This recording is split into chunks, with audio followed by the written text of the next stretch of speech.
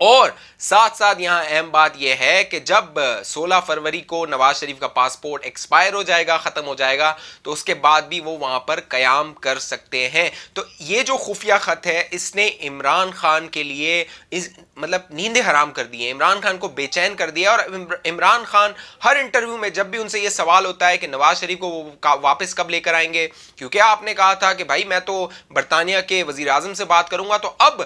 عمران خان اس پر rely کر رہے ہیں کہ ان کا پاسپورٹ ختم ہو اور نواز شریف کو ڈپورٹ کیا جائے۔ لیکن شیخ رشید جو وزیر داخلہ ہے، ان کا یہ کہنا ہے کہ بھائی اب یہ کہنا کہ ہم گھسیٹ کے نواز شریف کو لے آئیں گے، کہنا آسان ہے لیکن عمل کرنا بہت مشکل ہے، یہاں تک انہوں نے کہا یہ ناممکن ہے۔ ساتھ ساتھ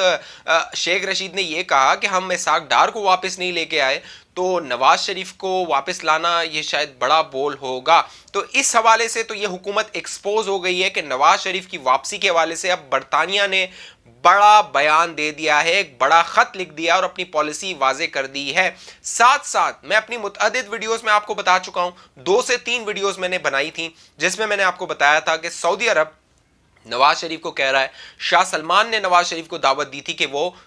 سعودی عرب آئیں لندن سے، وہاں پر عمرہ کریں، وہ ان سے ملاقات کریں۔ اگر وہ ویڈیو نہیں دیکھی، یہاں وہ لنک آ رہا ہے، وہ ویڈیو آپ دیکھ سکتے ہیں، اس میں میں نے پوری تفصیل بتائی تھی۔ لیکن اب ایک اور خبر جو سامنے آئی ہے، اور پرویز بشیر صاحب جنگ کے بڑے زبردست رپورٹر ہیں، انہوں نے یہ خبر فائل کی ہے۔ یہ خبر بھی آپ کو یہاں لنک نظر آ رہا ہوگا، یہ آپ دیکھ سکتے ہیں خبر۔ اس خبر میں پرویز بشیر صاحب نے واضح کر دیا ہے، بتا دیا ہے کہ اگلے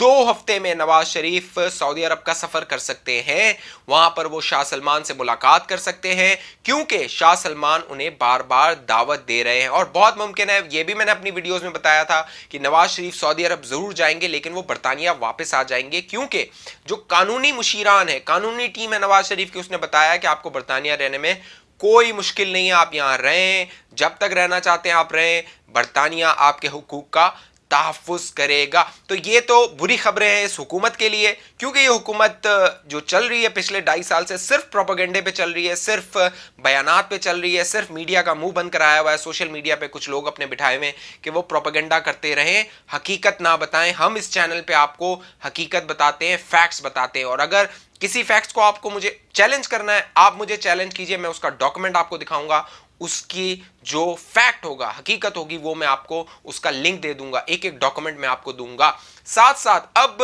شہباز شریف کی ملاقات ہوئی ہے مریم نواز سے، بہت اہم ملاقات ہوئی ہے، اور اس ملاقات نے بھی عمران خان کی اور اس حکومت کی نیندیں حرام کر دی ہیں، کیونکہ شہباز شریف، آپ کو یاد ہے نا، شہباز شریف جب پچھلی بار جیل گئے تھے تو وہ نیشنل اسمبلی آتے تھے، قومی اسمبلی آتے تھے، اور قومی اسمبلی میں وہ بڑھ چڑھ کے خطاب کرتے تھے، لیکن اب شہباز شریف خاموش ہیں، بول نہیں رہے، نیشنل اسمبلی میں ان کے خطاب نہیں آپ کو سننے کو مل رہے، کوئی بیانات ان کے نہیں سننے کو مل رہے۔ تو شہباز شریف جو گیم چینجر جنہیں کہا جاتا ہے، اور انہوں نے جس طرح اسٹیبلشمنٹ کے ساتھ بات کر کے نواز شریف کو لندن بھیجا تھا، اب شہباز شریف جیل میں بیٹھ کے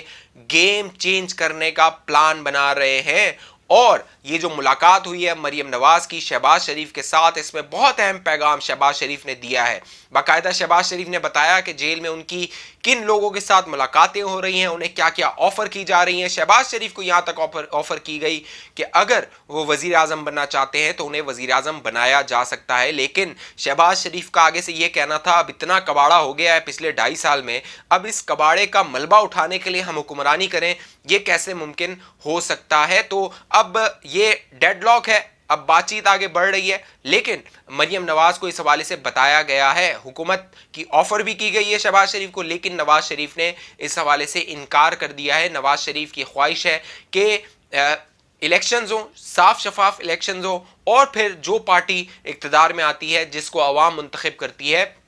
وہ آ کے اپنا اقتدار سنبھالے۔ تو یہ بیہائنڈ دا سین یہ معاملہ ہو رہا ہے اس حکومت کے لیے، جس طرح دن آگے بڑھ رہے ہیں۔ اب سینٹ کے جو انتخابات ہے اس کے حوالے سے یہ گئے تھے سپریم کورٹ میں اور کہا تھا اوپن بیلٹ ہونی چاہیے، تو الیکشن کمیشن نے بھی کہہ دیا ہے کہ قانون کے مطابق، آئین کے مطابق یہ معاملہ نہیں ہو سکتا۔ تو پے در پے